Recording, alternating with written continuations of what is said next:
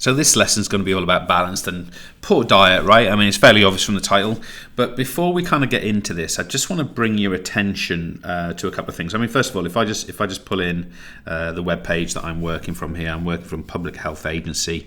You can go and have a look at this if you want to. Let me just get rid of that a second.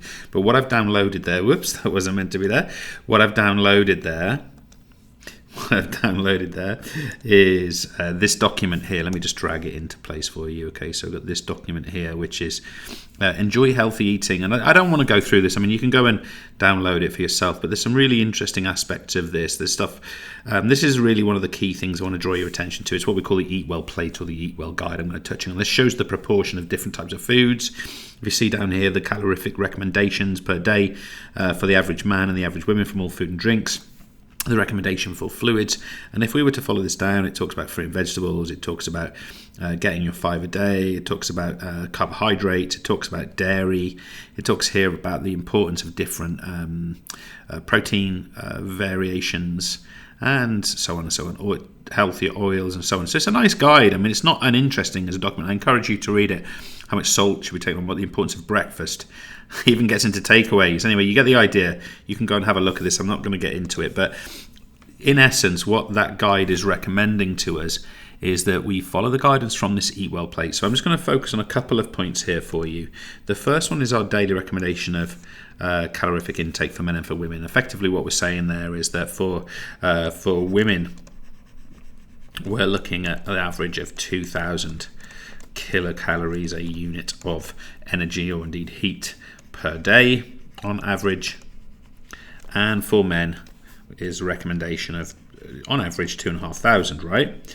So we've got that detail from there, fine, but it's also helping us to recognize things like, well, look, drink water. It's also helping us to recognize you should be taking on lots of carbohydrates and lots of fruit and vegetables, okay? Limiting things like proteins and dairy products and sort of snacks and fast food, limited down as little as possible. It's also showing a very small slither there of sort of healthier fats. And it's not uninteresting, right? I mean, it's a pretty interesting kind of guide, and you might want to sort of reflect on that. But what I want to really do here is I want us to assume that we are doing that for a second, okay? And I want to focus up here on the notion of a balanced diet. So let's say you or I or we are undertaking this successful balanced diet. It's going really, really well in the right proportions, right amount. What is the actual impact of this? And I want to refer to these as benefits. Okay, how's it going to help us? How's it going to make things better? So the first point is this one. I kind of touched on it already. We are going to experience a balanced, hopefully at least, a balanced energy, Gordon Bennett, a balance, that's a G there, a balanced energy input and output. Now, I want you to just think about this a second. If we are taking on, for example, the right amount of calories and we are using up that energy, this helps us to control weight. Okay, so it controls weight. We are neither going to gain or lose weight over time, and that is pretty healthy. It helps. It actually something which is an indicator of a longer life, not having fluctuations in weight, for example. Also, a balanced diet helps us to prevent disease. Okay, so it reduces the risk of disease in essence. Okay, so it helps us to prevent disease and infection. And the infection side of it is important because this obviously relates to our immune system. And you'll be experiencing immune system, I'm sure, in many of your studies. I'm sure you're probably doing it in biology, doing quite a bit around white blood cells and their role and what they do. But the point we're trying to make here is that we get an up arrow, an improvement in our immune system. So that's really positive, right? So we maintain steady weight, we don't get poorly so often, our immune system is stronger, good. What about other points? Anything else? Well, we've also got a decreased risk, down arrow risk, of what we would refer to as chronic diseases. Now, you'll be studying disease in your biology a little bit, I would imagine, so you're probably aware of things like non-communicable diseases. A lot of them would be considered to be chronic diseases. Things such as cancer we are less likely to experience through a healthy diet. We're less likely to have high blood pressure. That's not so likely to occur. We're less likely to experience diabetes. I mean, specifically here, we are talking about type 2. To my knowledge, there's no evidence that type 1 diabetes can be helped through diet. I might be wrong with that, but type 1 diabetes seems to be more genetically determined. And we might also have decreased issues with what we might call CHD, or coronary heart disease, or heart disease in general. Okay, good. This is all possible. This is all positive. We also, with a balanced diet, experience what we describe as good mental function. Okay, mine wasn't working so well just then as I tried to write that down. Good mental function, things like our memory, for example, will be better. Obviously, I need to eat better. Memory will be better because we've got a healthier diet. This seems very, very positive. I'm going to mention concentration in a second, and that's going to be helpful as well. But before we get there, we've also got the notion here that a good diet boosts energy. And this has all kinds of impacts, not least making a person more productive, making them more likely to earn more, making them more likely to be successful, at least financially. But we also get, just on a very practical level, decreased down arrow tiredness. Someone feels less fatigued as a result of this. Let's write that in, down arrow, fatigue. I mean, life is tiring, so it's a good thing, right? If you feel less of that, that's a positive thing. And finally, guys, just want to leave myself a bit of space up here. If I draw, let me do a sort of a bluey colour.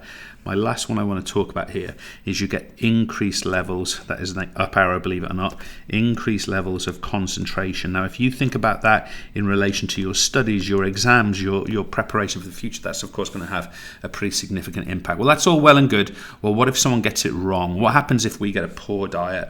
And really, what I want to talk about here is consequences. Okay, consequences of poor diet. So let's say someone's eating too much. Let's say someone's taking on too much fat. Let's say someone's taking on too much salt, too few fruits and vegetables, vitamins and minerals. What's going to happen to this person? Well, a couple of things. It goes without saying, we get an up arrow, an increased risk of, what did we say before? Of chronic diseases. Okay, so again, you might know them as non-communicable diseases, some of these in your biology studies, but we are talking about certain types of cancer.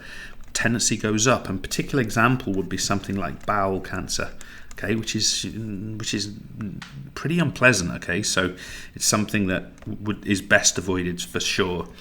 People might have a higher propensity for heart disease, not least coronary heart disease, things like angina, where blockages to the heart can build up in the blood stream themselves.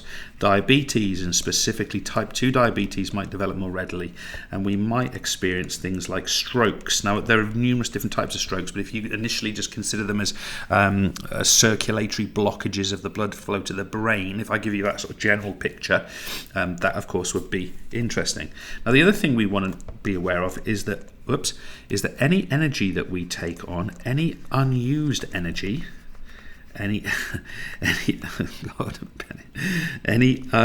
went for it then, it didn't go well. Any unused energy, it's stored as fat. Now, of course, that can lead to something like obesity. And obesity is a risk factor for many other diseases, including some of these. Okay, so obesity it's combines with other conditions, so it can even be the indicator for other conditions. And finally, guys, and this is a pretty extreme case, but let's have a look at it as well. Someone might, if they have a really unbalanced diet, not taking on fruit and vegetables, for example, they might have a vitamin and mineral deficiency. I mean, it's pretty impressive if you achieve this.